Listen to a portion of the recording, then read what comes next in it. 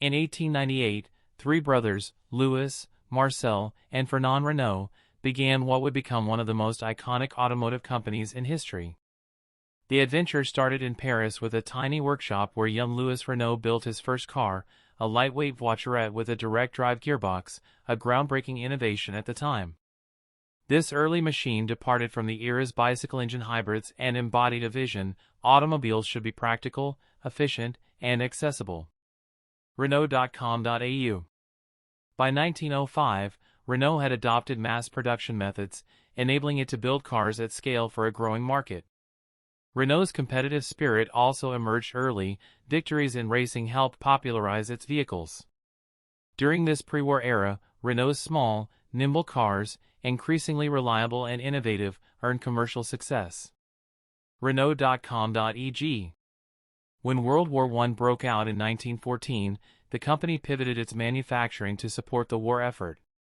Renault factories produced heavy military equipment, including trucks, ambulances, and the famous Renault FT-17 tank, which would influence armored vehicle design for decades. Renault.com.eg. 2. Between the wars, 1919 to 1945, industrial expansion and nationalization. After the Great War, Renault underwent rapid modernization. The company opened its Billancourt production plant in 1929 and worked to stabilize costs during the turbulent 1930s. Despite economic downturns and rising social tensions, Renault vehicles became increasingly popular among French and international buyers alike. Renault.com.eg. However, the Second World War brought complex challenges. Renault's operations during the German occupation led to controversy over its wartime actions, and in 1945 the French government nationalized the company, creating the Régie Nationale des Usines Renault, RNUR. This marked the end of Renault as a private enterprise and set it on a new industrial path. Renault.com.eg. 3. Post-war resurgence, 1945 to 1975, mass mobility and cultural icon. Once nationalized, Renault focused on revitalizing its product lineup for civilian markets. A symbol of this era was the Renault 4CV, a small economy car designed for post-war Europe's budget-conscious drivers. Its success helped establish Renault as a leader in affordable mass mobility. Renault.com.eg. Building on the 4CV's success, Renault launched other influential models like the Renault 4 and Renault 5, compact cars that combine practicality with distinctive French design. The company also branched into more upscale segments with cars like the Renault 16, a large family car that would become the first French winner of the prestigious European Car of the Year award. Wikipedia. By the early 1970s, Renault had become synonymous with everyday driving in Europe, producing vehicles celebrated for reliability, innovation, and smart packaging. These cars entered the cultural mainstream, shaping generations of riders across continents. Renault.com.eg. 4. Financial struggles and strategic shifts, 1975 to 1995. The late 1970s and 1980s saw Renault confront financial headwinds.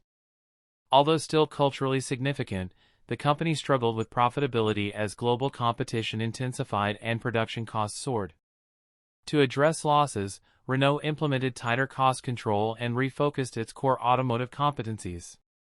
Renault.com.eg. The 1980s also marked Renault's deeper involvement in Formula One racing, where its turbocharged engines symbolized engineering prowess and panache.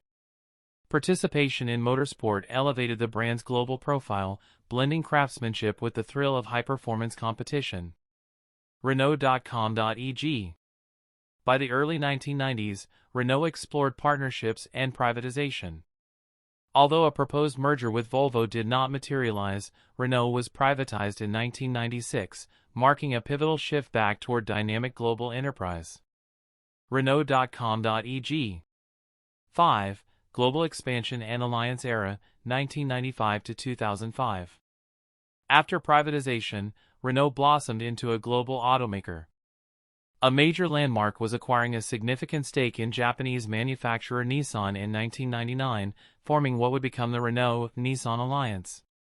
This collaboration created synergies in engineering, production, and market reach. Renault.com.eg. During this period, Renault introduced several defining models, from the everyday Megane and Laguna to the budget-friendly Logan, and expanded its presence across Europe, Asia, and emerging markets. The alliance with Nissan, and later collaborations with Samsung Motors and Dacia, accelerated Renault's global footprint. Renault.com.eg. 6. Innovation Era, 2005 to 2020, Technology, Design, and Early Electrification. As the 21st century progressed, Renault embraced technological innovation.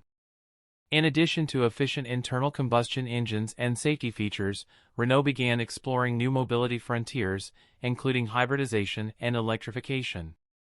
These efforts paved the way for electric models like the Renault Zoe, one of Europe's most successful mass-market electric cars upon its launch.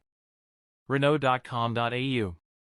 Renault also diversified its offerings into compact crossovers and SUVs, segments growing globally, with vehicles like the Captur and Koleos.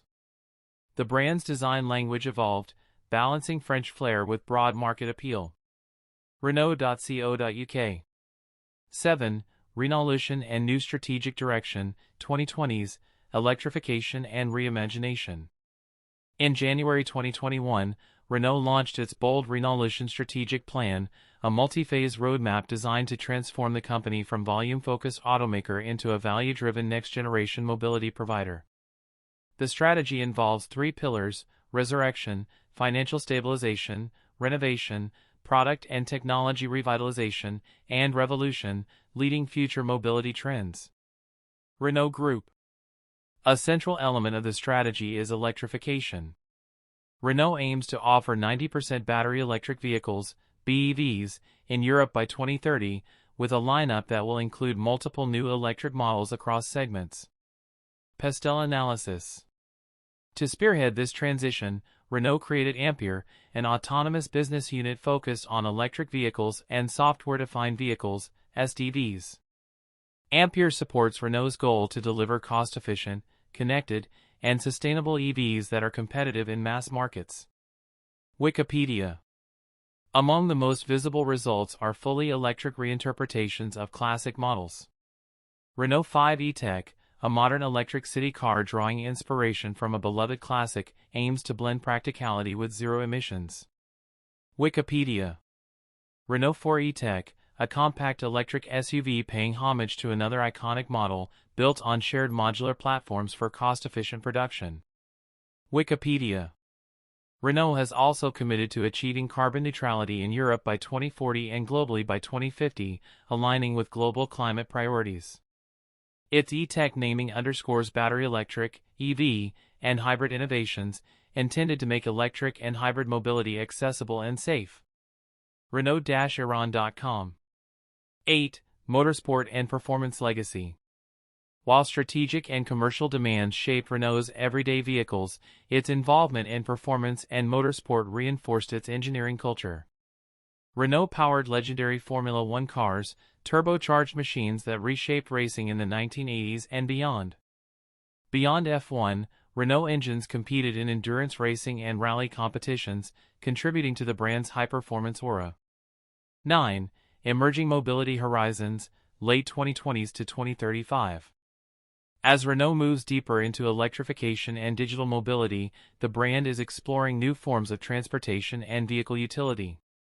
Software-defined vehicles, SDVs, are part of the shift, where cars are defined by software capabilities that can evolve over time with updates. Pastel analysis.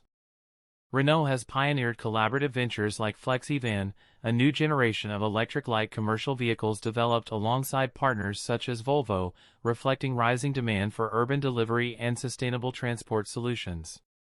Wikipedia.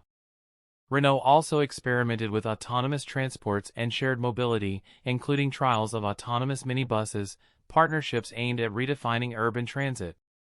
These initiatives demonstrate Renault's commitment to mobility beyond personal ownership, even as market dynamics evolve. AP News. 10. Challenges and strategic adjustments. Despite ambitious plans, Renault faces industry headwinds. In late 2025, Renault announced scaling back certain mobility services, such as car-sharing initiatives, to concentrate on core profitability and product lines amid a challenging market. Reuters. Additionally, leadership changes and competitive pressures highlight the strategic complexity of transforming a storied legacy automaker into a future-ready player. Balancing electrification, cost pressures, and distributed global operations will be key challenges through the next decade. Reuters.